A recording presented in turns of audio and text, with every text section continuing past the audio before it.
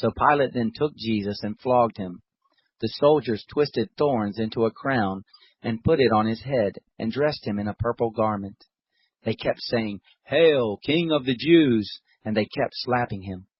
Then Pilate went out again and said to them, "Behold, I bring him out to you, that you may know that I find no basis for a charge against him." Jesus therefore came out, wearing the crown of thorns and the purple garment. Pilate said to them, "Behold the man!" When therefore the chief priest and the officers saw him, they shouted, saying, "Crucify! Crucify!" Pilate said to them, "Take him yourselves and crucify him, for I find no basis for a charge against him." The Jews answered him, "We have a law, and by our law he ought to die, because he made himself the Son of God." When therefore Pilate heard this saying, he was more afraid. He entered into the praetorium again and said to Jesus, "Where are you from?" But Jesus gave him no answer.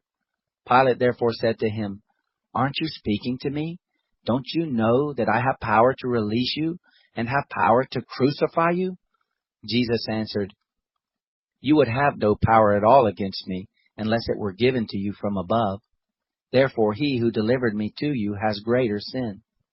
At this, Pilate was seeking to release him, but the Jews cried out, saying, "If you release this man, you aren't Caesar's friend. Everyone who makes himself a king speaks against Caesar." When Pilate therefore heard these words, he brought Jesus out, and sat down on the judgment seat at a place called the Pavement, but in Hebrew, Gabbatha. Now it was the preparation day of the Passover, at about the 6th hour. He said to the Jews, "Behold your king."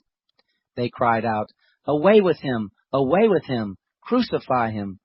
Pilate said to them, "Shall I crucify your king?" The chief priests answered, "We have no king but Caesar." So then he delivered him to them to be crucified. So they took Jesus and led him away. He went out, bearing his cross, to the place called the Place of a Skull, which is called in Hebrew Golgotha, where they crucified him, and with him 2 others, on either side one, and Jesus in the middle. Pilate wrote a title also and put it on the cross. There was written, "Jesus of Nazareth, the King of the Jews." Therefore many of the Jews read this title, for the place where Jesus was crucified was near the city, and it was written in Hebrew, in Latin, and in Greek. The chief priest of the Jews therefore said to Pilate, "Don't write, 'The King of the Jews,' but 'He said, I am the King of the Jews.'" Pilate answered, "What I have written, I have written." Then the soldiers, when they had crucified Jesus, took his garments and made 4 parts, to every soldier a part, and also the coat. Now the coat was without seam, woven from the top throughout. Then they said to one another, "Let's not tear it, but cast lots for it to decide whose it will be, that the scripture might be fulfilled, which says, 'They parted my garments among them, for my cloak they cast lots.'" Therefore the soldiers did these things. But they were standing by the cross of Jesus, his mother, and his mother's sister, Mary the wife of Clopas, and Mary Magdalene. Therefore when Jesus saw his mother, and the disciple whom he loved standing there, he said to his mother, "Woman, behold your son." Then he said to the disciple, "Behold your mother." From that hour the disciple took her to his own home. After this, Jesus, seeing that all things were now finished, that the scripture might be fulfilled, said, "I am thirsty." Now a vessel full of vinegar was set there, so they put a sponge full of the vinegar on hyssop, and held it at his mouth. When Jesus therefore had received the vinegar, he said, "It is finished." He bowed his head, and gave up his spirit. Therefore the Jews, because it was the preparation day, so that the bodies wouldn't remain on the cross on the Sabbath, for that Sabbath was a special one, asked of Pilate that their legs might be broken, and that they might be taken away.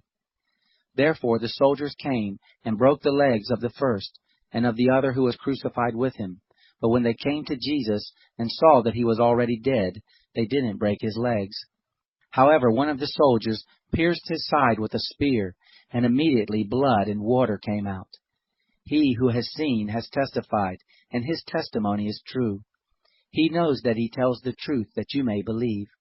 For these things happened, that the scripture might be fulfilled, "A bone of him will not be broken."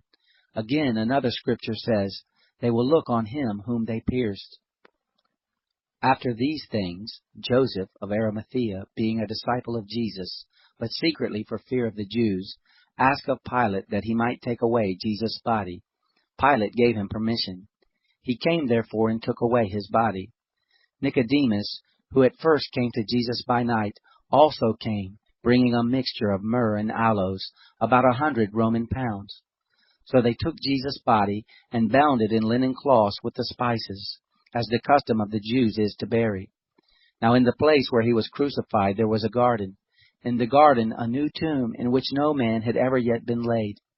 Then because of the Jews' preparation day, for the tomb was near at hand, they laid Jesus there.